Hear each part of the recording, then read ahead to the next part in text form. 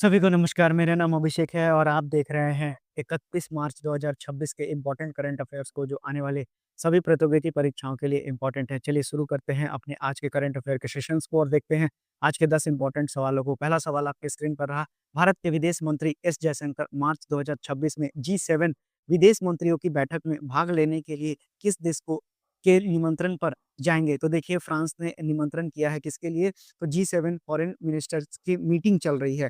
तो भारत के जो विदेश मंत्री हैं ये कहाँ जा रहे हैं? तो अबाए दे वॉक्स दी कारने। अब ये कहाँ पर स्थित है? मैं नाम लिख देता हूँ आपको। ये जगह है अबाए देस वॉक्स डी कारने। ये फ्रांस में एक जगह है, यहाँ का ही दौरा करने वाले हैं और यहाँ पर G7 विदेशी मंत्रियों की बैठक में भाग लेंगे और जिसमें साझेदार देशों को भी आमंत्रित किया गया है। ये यात्रा फ्रांस के यूरोप और विदेश मामलों के मंत्री जीन नोएल बूरो के निमंत्रण पर हो रहा है और G7 के जो विदेश मंत्री हैं, इनकी बैठक के दौरान जयशंकर भी अपने समकक्षों के साथ द्विपक्षीय वार्ता भी करेंगे। चलिए, अब जान लेते हैं G7 के बारे में। G7 क्या है? तो एक इंटर गवर्नमेंटल पॉलिटिकल और इकोनॉमिक फोरम है, जिसमें कितने देश हैं? तो टोटल 7 देश हैं। कौन-कौन सा देश है? पहला नाम आ गया कनाडा, दूसरा नाम है आपको फ्रांस, तीसरा नाम जर्मनी, चौथा नाम आपको इटली याद रखना है, उसी तरह से 5वां नाम जापान, उसी तरह से यूनाइटेड किंगडम और आखिरी जो देश है, वो यूनाइटेड स्टेट है। साथ ही साथ आपको याद रखना है कि यूरोपियन यूनियन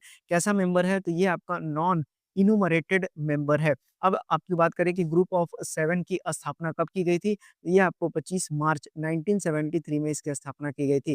अब आपको ये भी बता दें कि इनका कोई भी परमानेंट हेडक्वार्टर नहीं होता, तो कई बार सवाल जो है ग्रुप ऑफ 7 का हेडक्वार्टर पे बनता है, लेकिन आपको नन ऑफ दीज़ उस ऑप्शन में चुनना होता है। चलिए, बढ़ते हैं अगले सवाल की ओर जहाँ पर 16वां इंडिया प्रोबायोटिक संगोष्ठी 2026 का आयोजन कहाँ किया गया है? ये आपको नई दिल्ली में किया गया है। जो इंडियन प्रोबायोटिक सिनोप्सियम है, ये क्या है? तो इसमें गट माइक्रोबायोटा और प्रोबायोटिक साइंस फाउंडेशन के द्वारा नई दिल्ली में इसको आयोजित किया गया है। यानी कि कौन-कौन सी जो संस्था है, जो कि इसको कार्यक्रम को करवा रही है, तो इसका नाम आप याद कर सकते हैं। ये जो गट माइक्रोबायोटा है और साथ ही साथ दूसरा कौन-सा है? ये आपका प्रोबायोटिक साइंस फाउंडेशन है, ये इसके द्वारा आयोजित किया जा रहा है। अब हमारा जो पेट होता है, उसी को गट्स कहा जाता है। उसमें करोड़ों जो होते हैं बैक्टीरिया होते हैं और जो बैक्टीरिया होते हैं इसे गट माइक्रोबायोम कहा जाता है। क्या कहा जाता है? तो इसी को जो बैक्टीरिया होता है इसको गट माइक्रोबायोम कहा जाता है। अब ये क्या मदद करता है? तो ये आपको मदद करता है मेटाबॉलिज़्म में यानी कि पाचन और ऊर्जा देने में, साथ ही साथ जो आपका इम्यूनिटी है उसको बूस्ट करने में ये काम आता है। और कट मैंने आपको बता ही दिया, इसमें कौन-कौन सा शामिल हो सकता है, तो पेट के अंदर आपको मालूम है ज़्यादातर पोर्शन किसका है? स्मॉल इंटेस्टाइन और लार्ज इंटेस्टाइन का और यहीं पर खाना पचता है और जो पोषक तत्व होते हैं यानी न्यूट्रिएंट्स होते हैं, वो शरीर में जाते हैं। अब भारत में दरअसल खाना-पीना का विषय जो है वो चिंता का विषय है क्योंकि लोग ज़्यादातर जो है प्रोसेस्ड फूड को कंज़्यूम कर रहे हैं। साथ ही साथ जो आपका बाहर का खाना होता है जिसे हम जंक फूड कहते हैं, उसका इस्तेमाल ज़्यादा कर रहे हैं। यानी कि लाइफ़स्टाइल पूरी तरह से चेंज हो चुका है और जो सोशल मीडिया और जो क्विक डिलीवरी ऐप है, इन सब का बड़ा कारण है कि इन सब में बदलाव आ रहा है। इसीलिए चिंता का विषय है, इसीलिए इसका ऑर्गनाइज़ेशन किया गया है। आपको बता दें कि जो 56.4% बीमारियाँ होती हैं, वो खराब डाइट के कारण होती हैं। अब जान लेते हैं कि प्रोबायोटिक का मतलब क्या होता है? तो प्रोबायोटिक का मतलब होता है अच्छा बैक्टीरिया, यानी कि जो बैक्टीरिया हमारे शरीर के लिए यूज़फुल होते हैं, उन्हीं को हम प्रोबायोटिक कहते हैं। और ये गट हेल्थ को क्या करते हैं? सुधारते हैं और साथ ही साथ इम्यूनिटी भी बढ़ाते हैं।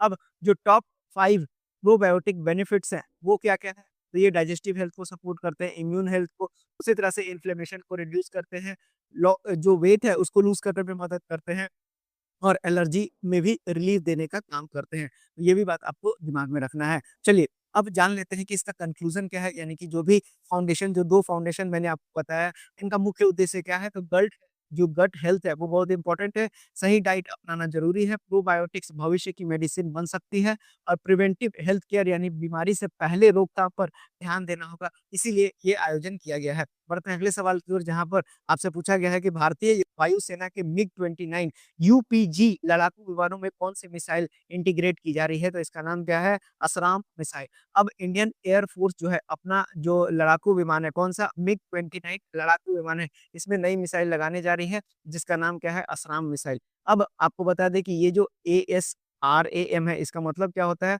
ये होता है एडवांस शॉर्ट रेंज और बाकी आपका डबल ए का मतलब हो गया एयर टू एयर मिसाइल है। तो इसका नाम फुल फॉर्म कई बार पूछा जाता है। अब ये जो पुराना R-73 मिसाइल है, अब उसके जगह पर इसको यहाँ पर लगाया जाएगा। अब जो असराम है, आपको बता दें कि ASRAAM ये क्या है? तो ये यूरोप की कंपनी है। कौन-सा? यूरोप, याद रखिएगा, यूरोप की कंपनी है जिसका नाम क्या है? MBD है, ये बनाती है। अब इसका काम क्या है? ये हवा से हवा में मार करता है छोटी दूरी के लिए। अब इसका रेंज देखिएगा तो ये 25 किलोमीटर है। उसी तरह से जो पुराना वाला था, जैसा मैंने आपको यहाँ बताया R-73, तो इसका रेंज काफ़ी कम हुआ करता था, लगभग 10 से लेके 15 किलोमीटर, तो 25 ज़्यादा हो गया ना? और इसी तरह से जो इसका स्पीड है वो कितना है? तो माक 3 प्लस से ज़्यादा इसका स्पीड है। साथ ही साथ ये फायर एंड फॉरगेट होता है, यानी कि एक बार रिलीज़ कर दीजिए, वो दुश्मन का टारगेट एक बार उसने सेट कर लिया, तो वो दुश्मन का टारगेट कहीं भी फ्लक्चुएट करेगा तो भी वो उसको मार गिरा देगा। उसी तरह से ये पहले से भी कुछ विमानों में लगा हुआ है, जैसे कि हॉल का जो तेजस विमान है, उसमें लगा हुआ है। उसी तरह से जो जगुआर फाइटर जेट्स है, उसमें भी ये पहले से ऑलरेडी इंस्टॉल्ड है।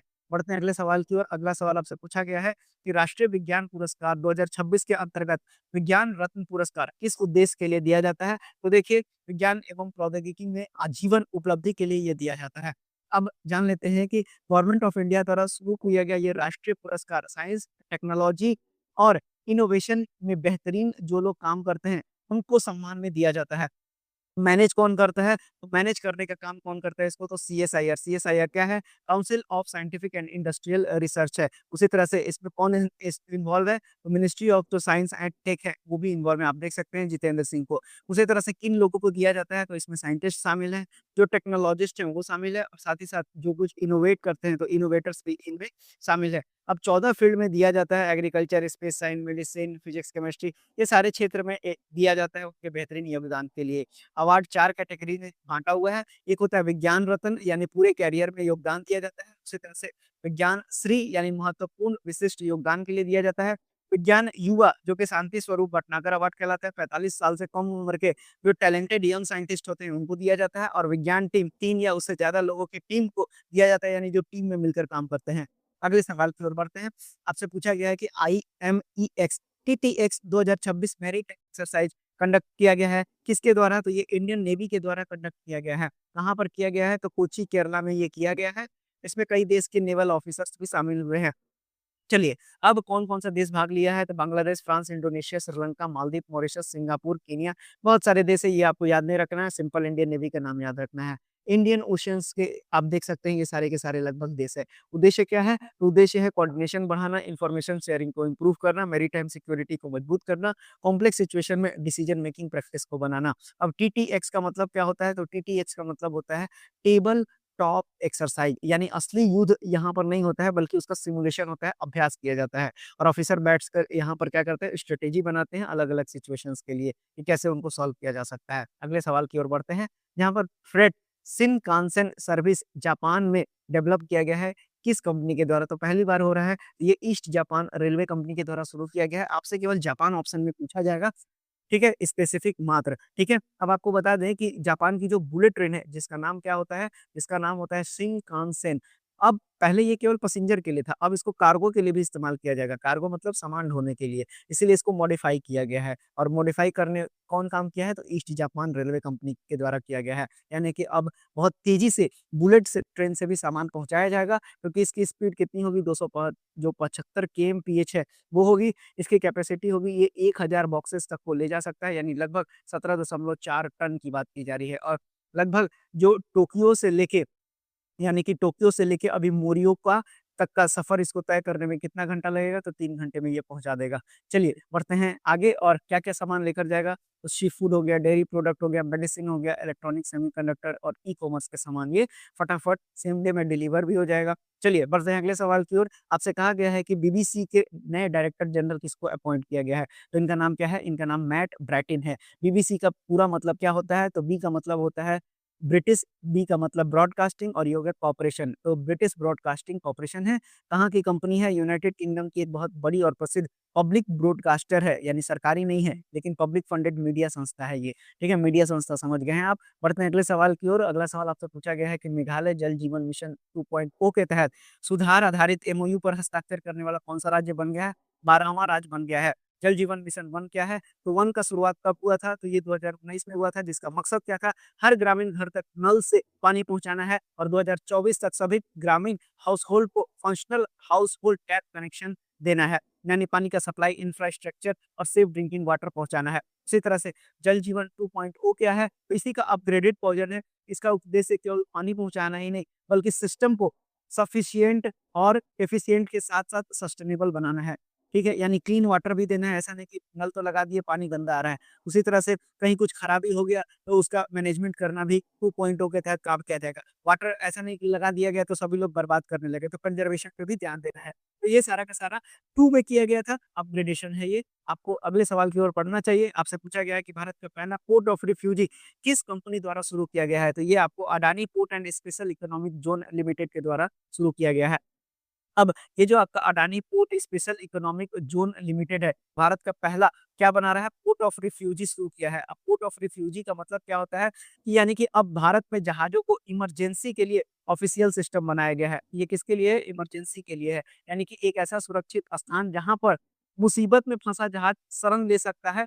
यानी जैसे एक्सीडेंट हो गया, इंजन खराब हो गया, ऑयल लीकेज या फिर पॉल्यूशन का खतरा हो गया, जिसको कि हम आप देखते होंगे ऑयल स्पिल की घटना हो जाती है। तो इन सब में ये काम करेगा। अब भारत में कौन-कौन सा पीओआर बनाया गया है, तो यहाँ पर आपको मालूम होना चाहिए कि जो दीघी पोर्ट है, ये कहाँ पर स्थित है? ये महाराष्ट्र में स्थित है। ये अरेबियन सी के जहाज़ों के लिए पीओआर का काम करता है।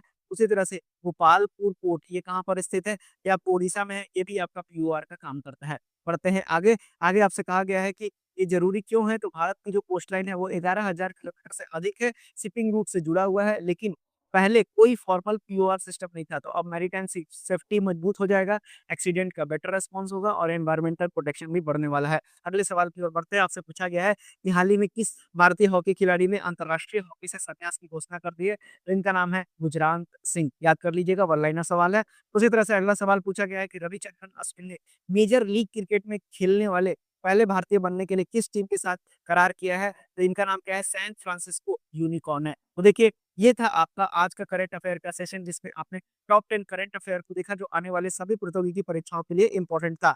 सेशन पसंद आया हो तो आप लाइक, सब्सक्राइब, शेयर कर सकते हैं। मिलते हैं अपनी अगली क्लास में, तब तक के लिए धन्यवाद।